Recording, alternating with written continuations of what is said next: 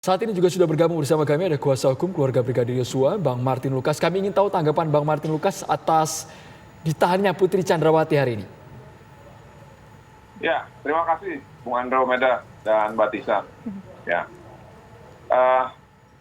saya sebenarnya dibilang kaget ya kaget, dibilang enggak ya enggak gitu ya. Karena memang ekspektasi kami itu adalah Bu Putri itu ada ditahan ketika pemeriksaan sebagai tersangka itu dilakukan di awal ya, yaitu kurang lebih hampir 2 bulan yang lalu ya. Pada saat itu alasan kemanusiaan dan juga alasan anak digunakan sebagai alasan untuk tidak menahan Bu PC dan juga alasan kesehatan. Hari ini ajaibnya ternyata Bu PC itu tidak sakit ya, baik psikis maupun kesehatannya.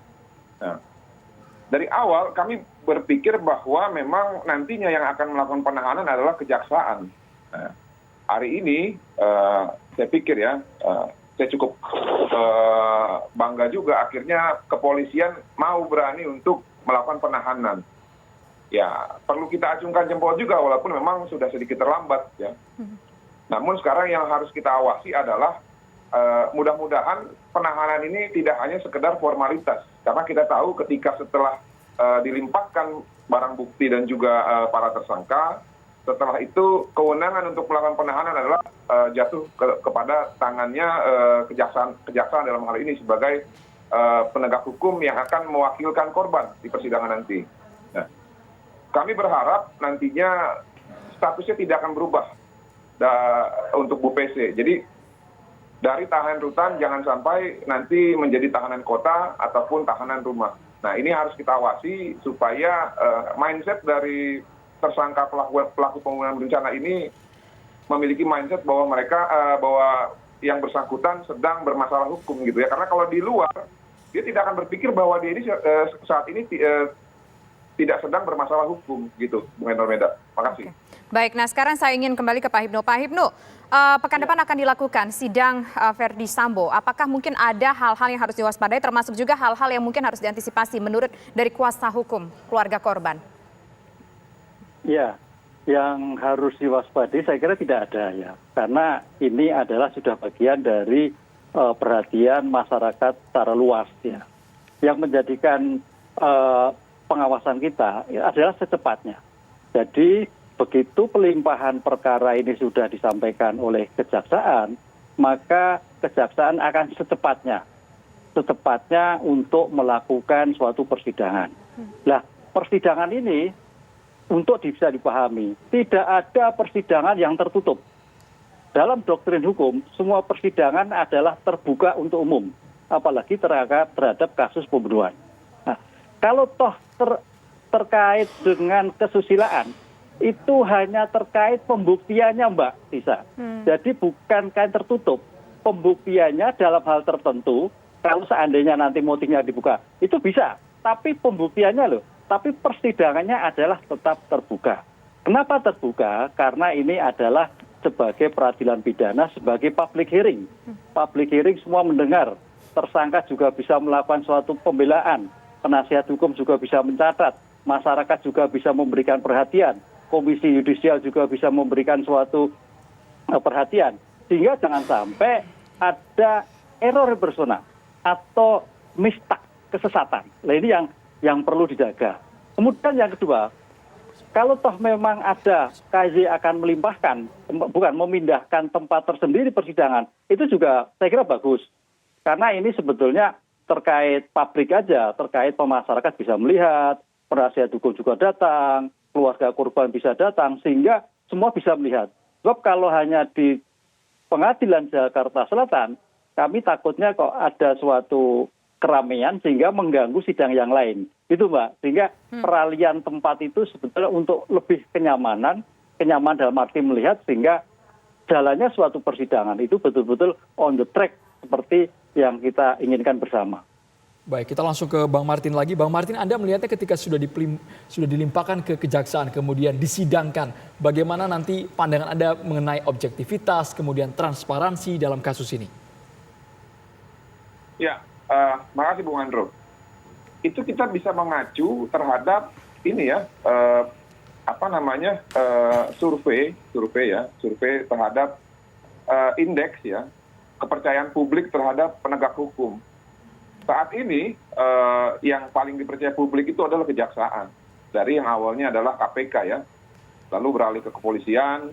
Sekarang kepolisian turun dan KPK turun, yang tinggi itu indeksnya adalah kejaksaan. Nah, sesuai dengan sistem peradilan pidana memang tidak ada lagi yang bisa mewakili selain kejaksaan untuk melakukan dakwaan dan juga penuntutan. Nah, oleh karena itu ya kita harus awasi, Bung Andrew. Nah, bagaimana cara mengawasinya? Tentunya yang pertama ya yang bisa kita awasi adalah nanti setelah tersangka dan juga barang bukti diterima, kita bisa melihat ringkasan dari dakwaan yang akan dilakukan dakwaan pada saat persidangan nanti. Nah, sekarang ini kan kita sudah online ya. Nanti kita bisa mencek lewat SIPP. Nah, ringkasan dakwaan ini apakah tajam, apakah konstruksi hukumnya itu sudah sesuai dengan fakta-fakta yang kita ketahui, apakah sudah mengerucut terhadap pasal 340.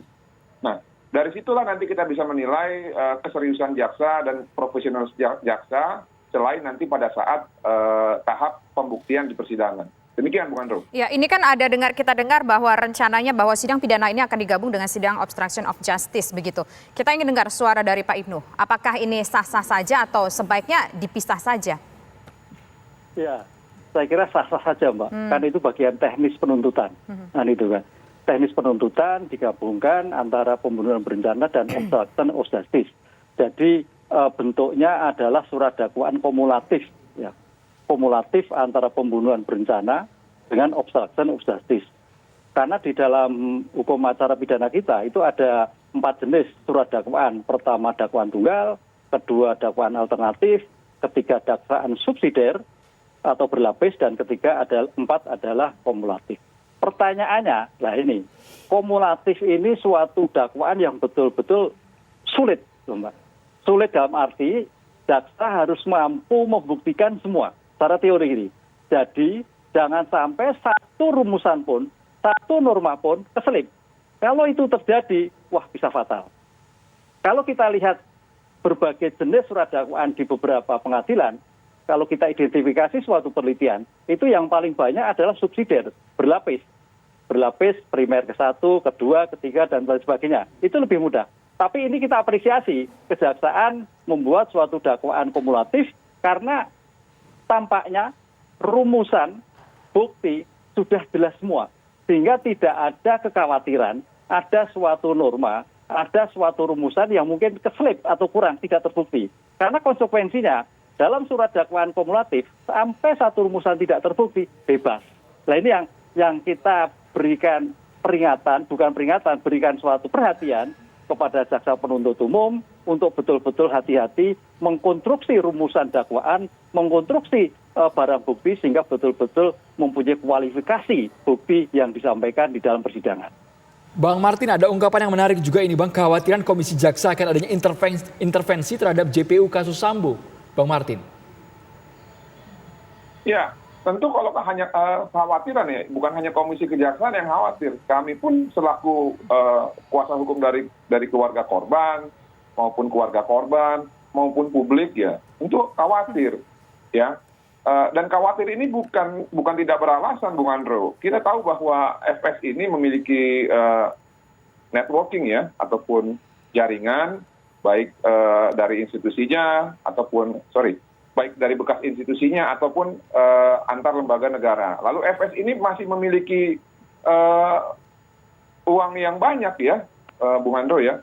Jadi menurut saya ketika kita punya banyak teman ya, dan kita masih memiliki modal yang cukup banyak, itu bisa mempengaruhi ya dalam hal ketika kita sedang bermasalah dengan hukum.